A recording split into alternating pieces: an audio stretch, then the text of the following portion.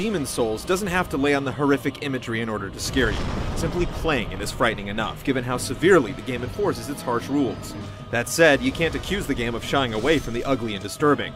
Ghastly images are peppered all throughout the experience, even in its soberest levels. And the whole of World 5, the Valley of Defilement, feels like an extended gruesome exercise in hopelessness. But when it comes to confounding your expectations and delivering a brand of horror that simultaneously smolders and gushes, the world beyond the Fool's Idol Archstone is in a class of its own.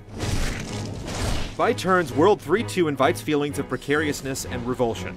Whether you're traipsing down its hazardous catwalks, scaling its impossibly tall towers, or slogging through the festering bog at its base, you constantly feel exposed and vulnerable. Amidst the backdrop of hazy skies barely lit by smoking braziers, a chilling vista greets you as you enter, distressingly lifelike gargoyles arranged on either side of a narrow bridge with a bloody corpse splayed in your path. If you're in World 3-2, this means you've already got a bit of Demon's Souls under your belt, enough to realize that this grim scene is likely a glimpse into your immediate future.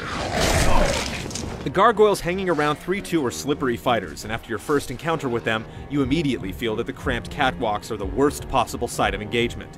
That is until one of them creeps up behind you as you're trying to ascend a tower. The spiraling staircases, it goes without saying, aren't built with handrails. Part of the object of 3-2 is to dislodge the monstrous heart blocking your path to the highest reaches of the level's central tower.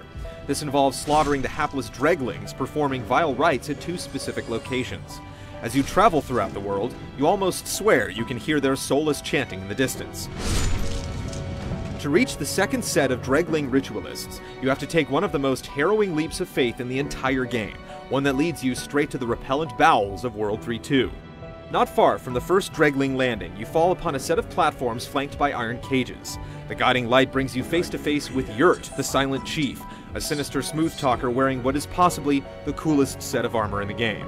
If that isn't enough motivation to immediately put the hatchet to him, know this: let him live, and he'll dramatically call the population of the Nexus. Worse yet, the final name on his hit list is yours, so by all means, avail yourself of this gloom armor. Well, what have we here?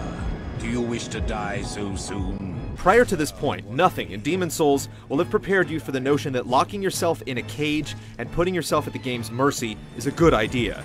Once you finally muster the guts to do so, it seems even more foolish. After a hurried, disorienting descent, you arrive at a locale that evokes a frankly medieval notion of hell on earth.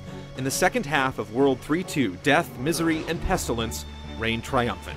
After a few minutes in the nauseating russet bog, you start to regret ever even broaching the Arkstone. Tortured man-centipedes assail you as you slog through the miasma. The rotting elevated footpaths offer little but glimpses of dismembered unfortunates mounted on breaking wheels. And the sickening anatomy of whatever horror owns the beating heart in the tower writhes menacingly all around you. You'll even be reacquainted with an old friend in your wanderings, the repulsive prisoner horde from the depths of World 3-1. This is truly the worst the Demon's Souls has to offer. Before you can leave the bog behind and approach the site of your ascent, you'll have to contend with more than a couple of ambushes.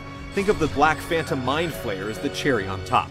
After the second dredgling ritual is disrupted, the heart of the tower prolapses, explodes, and in the place of gore and viscera come forth a horde of squirming man-centipedes. Forging your way forward results in a veritable infestation that you have to fight your way through in order to climb to the top of the Heart Tower and face Man-Eater in one of the game's more surprising boss battles. There's also a second Black Phantom Mind Flayer on the way, this one even more maliciously placed than the first, but it's frankly nothing compared to the horrors you'll have endured to reach this point.